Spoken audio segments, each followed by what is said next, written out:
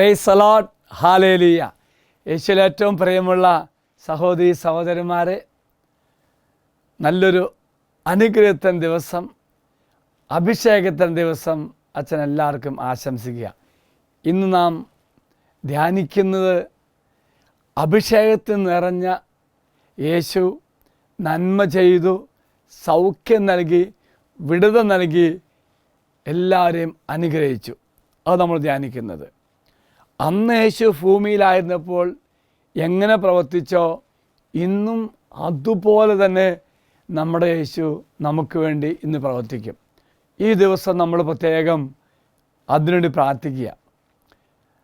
അപ്പോസ്തല പ്രവർത്തനം 10-ാം അധ്യായം 38-ാം വാക്യത്തിൽ ഇത് വെളിപ്പെടുത്തുന്നുണ്ട്. ഇപ്രകാരമാണ് നാം വായിക്കുന്നത്: നസ്രായന യേശുവിനെ പരിശുദ്ധാത്മാവിലും ശക്തിയിലും ദൈവം എങ്ങനെ അഭിഷേകം ചെയ്തുവെന്നും, പിതാവായ ദൈവത്തിന് അഭിഷേകം ചെയ്യുന്നു പരിശുദ്ധാത്മാവിനാൽ. എന്നിട്ട് എന്ത് ചെയ്തു?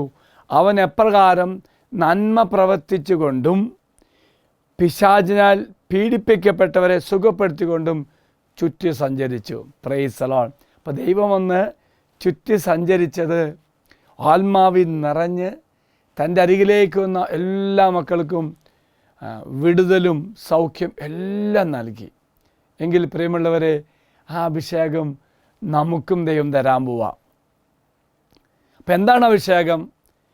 ദൈവജനത്തെ വിടുവിക്കുകയും മോചിപ്പിക്കുകയും ചെയ്യുന്നത് അഭിഷേകമാണ്. അഭിഷേകം ദൈവം തരുന്നതാണ്. പ്രത്യേകിച്ച് അഭിഷേകത്തിൻ്റെ ഒരർത്ഥമെന്ന് പറയുന്നത് നമ്മുടെ സ്വാഭാവികതയിലേക്ക് ദൈവശക്തി കൂട്ടിച്ചേർക്കുന്നതാണ് അഭിഷേകം. യേശുക്രിസ്തു ഈ അഭിഷേകം സ്വീകരിക്കുന്നത് നാം കാണുന്നത്, ആത്മാവ് നിറഞ്ഞ യേശു ദൈവത്താൽ നയിക്കപ്പെട്ട് ലൂക്കായുടെ സുവിശേഷം 4-ാം അധ്യായം 18-19 വാക്യത്തിൽ ഈ പ്രത്യേക അഭിഷേകത്തിൻ്റെ ശക്തി സ്വീകരിക്കുന്ന ആ സംഭവം നമ്മൾ കാണുന്നുണ്ട്. കർത്താവിൻ്റെ ആത്മാവ് എൻ്റെ മേലുണ്ട്. കർത്താവ് പറയാണ്. അഭിഷേകം സ്വീകരിച്ചു കഴിഞ്ഞപ്പോൾ യേശു പറയാണ്, കർത്താവിൻ്റെ ആത്മാവ് എൻ്റെ മേലുണ്ട്. ദരിദ്രരെ സുവിശേഷം അറിയിക്കാൻ അവിടെ തന്നെ അഭിഷേകം ചെയ്തിരിക്കുന്നു. ബന്ധിതർക്ക് മോചനവും, അന്ധർക്ക് കാഴ്ചയും, അടിച്ചമർത്തപ്പെട്ടവർക്ക് സ്വാതന്ത്ര്യവും, കർത്താവിന് സ്വീകാര്യവും വത്സരവും പ്രഖ്യാപിക്കുവാൻ അവിടെ തന്നെ അയച്ചിരിക്കുന്നു. Price the Lord. ഈ ഒരു അഭിഷേകത്തിൽ നിറഞ്ഞുകൊണ്ടാണ് യേശുക്രിസ്തു പ്രവർത്തിച്ചത്.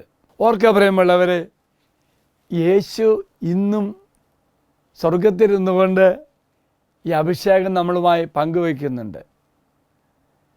ഈ അഭിഷേകം വിവിധ തരത്തിൽ നമ്മുടെ ജീവിതത്തിലേക്ക് യേശു തരും. അഭിഷേകത്തിൻ്റെ ഉദ്ദേശമെന്ന് പറയുന്നത് പ്രധാനമായിട്ട് 2 കാര്യമാണ്. വചനം പങ്കുവയ്ക്കുമ്പോൾ, അഭിഷേകത്തോട് പങ്കുവയ്ക്കുമ്പോൾ കേൾക്കുന്ന മക്കൾക്കും അഭിഷേകം ലഭിക്കും, അവരുടെ വിശ്വാസം വർദ്ധിക്കും. രണ്ടാമത്, അങ്ങനെ പ്രസംഗിക്കപ്പെടുന്ന വചനം അപ്പം തന്നെ ഫലമണിയുകയും ചെയ്യും. ഇതാണ് അഭിഷേകം. എങ്കിൽ പ്രിയമുള്ളവരെ, ഈ അഭിഷേകം നമ്മൾ സ്വീകരിക്കുമ്പോൾ അഭിഷേകത്തെ ചില പ്രത്യേകത തിരിച്ചറിയണം. ഒന്ന്, ഈ അഭിഷേകം നമുക്ക് ലഭിക്കുമ്പോൾ അത് നമ്മെ രൂപാന്തരപ്പെടുത്തുന്ന ഒരു ശക്തിയാണ്. അപ്പോൾ ഈ ഒരു അഭിഷേകം വരുമ്പോൾ എൻ്റെ ഹൃദയങ്ങളെ ദൈവം ശക്തിപ്പെടുത്തും. പല രീതിയിലും കർത്താവ് അനുഗ്രഹിക്കും. തകർന്ന വീടുകൾ പുനഃസ്ഥാപിക്കുമായിരിക്കും. മക്കളില്ലാത്ത ദമ്പതിമാർക്ക് മക്കളെ കൊടുക്കും. ജോലിയില്ലാത്ത മക്കൾക്ക് ജോലി നൽകും. അതായത് ശക്തിപ്പെടുത്തുന്ന ഒരു അഭിഷേകമാണ്. അതുപോലെ ഈ ഒരു അഭിഷേകം വിടുതൽ നൽകുന്നൊരു അഭിഷേകമാണ്.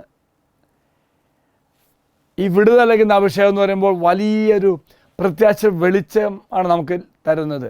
അടിച്ചമർത്തപ്പെട്ടവർക്കും അടിച്ചമർത്തവർക്കും തമ്മിലുള്ള ബന്ധത്തിൻ്റെ അടിസ്ഥാനപരമായ മാറ്റത്തെയും ഈ ആത്മീയ നവീകരണം സൂചിപ്പിക്കുന്നുണ്ട്.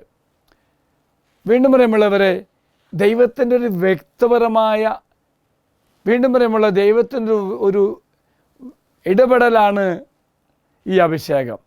ഈ ദൈവിക ഇടപെടലിനെ കുറിച്ചുള്ള അഭിഷേകത്തിൻ്റെ വാഗ്ദാനം ഉടനടി കഷ്ടപ്പാട് ലഘൂകരിക്കും. അടിച്ചമർത്തപ്പെട്ടവരും അവരെ അടിച്ചമർത്തുന്നവരും തമ്മിലുള്ള ബന്ധം മാറുകയും ചെയ്യുന്ന ഒരു അവസ്ഥ നമുക്ക് കാണാൻ സാധിക്കും. വീണ്ടും അഭിഷേകം ഒരു ശക്തിയുടെ വാഗ്ദാനമാണ്. പ്രിയമുള്ളവരെ, ഒരു കാര്യം മാത്രം ചിന്തിച്ചാൽ മതി. അഭിഷേകത്തിൽ നിറഞ്ഞുകൊണ്ട് യേശു ഭൂമിയിലായപ്പോൾ അനുഗ്രഹം നൽകി, സൗഖ്യം നൽകി, വിടുതൽ നൽകി. എങ്കിൽ ഇന്നും ദൈവമായ കർത്താവ് ആ അഭിഷേകം നമുക്ക് പകരുന്നുണ്ട്. ഈ അഭിഷേകം നാം സ്വീകരിച്ച് കഴിയുമ്പോൾ അത് വിടുതലാകുന്നു, ശക്തിയായി മാറുന്നു, നമ്മുടെ ജീവിതത്തിൽ മുഴുവനുമായി അനുഗ്രഹമായി മാറുന്നു. എങ്കിൽ നമുക്ക് പ്രാർത്ഥിക്കാം. എൻ്റെ ജീവിതത്തിലേക്ക് ഏത് തരത്തിലാണ് കർത്താവ് അഭിഷേകമായി വരേണ്ടത്? ദുഃഖത്തിലാണോ, വേദനയാണോ, കടബാധ്യതയാണോ, അല്ലെങ്കിൽ പ്രതികൂലമായ ഒത്തിരി സാഹചര്യങ്ങളുണ്ടല്ലോ പ്രിയമുള്ളവരെ. ആ ഒരു അവസ്ഥയിലേക്കെല്ലാം യേശു അഭിഷേകമായി വരട്ടെ എന്ന് പ്രാർത്ഥിക്കുന്നു. ഒരിക്കൽ കൂടി അച്ഛൻ നിങ്ങൾക്ക് വേണ്ടി പ്രാർത്ഥിക്കുകയാണ്, ആശംസിക്കുകയാണ്. പ്രത്യേകിച്ച് നിങ്ങളുടെ ജീവിതത്തിൽ ജീവിക്കുന്ന കർത്താവ് അഭിഷേകമായി കടന്നു വന്നുകൊണ്ട് ഏതൊക്കെ ആവശ്യമുണ്ടോ, ഏതെല്ലാം നിങ്ങളുടെ ജീവിതത്തിൽ കർത്താവ് കടന്നു വന്ന് ആഗ്രഹിക്കുന്നോ അതിലേക്കെല്ലാം ഈശോ കടന്നു വരട്ടെ. ദൈവം എല്ലാവരെയും അനുഗ്രഹിക്കട്ടെ. അഭിഷേകത്തെ ദിവസം അച്ഛൻ നേരുകയും ചെയ്യുന്നു. ഈശ്വര ആശീർവാദം തരാം. നമ്മുടെ കർത്താവായ ഈശോ മിശിഹായുടെ കൃപയും പിതാവായ ദൈവത്തിൻ്റെ സ്നേഹവും പരിശുദ്ധാത്മാവിൻ്റെ സഹവാസവും നമ്മെല്ലാവരോടും കൂടി ഉണ്ടായിരിക്കട്ടെ, ഇപ്പോഴും എപ്പോഴും എന്നേക്കും. ആമേൻ. Praise the Lord.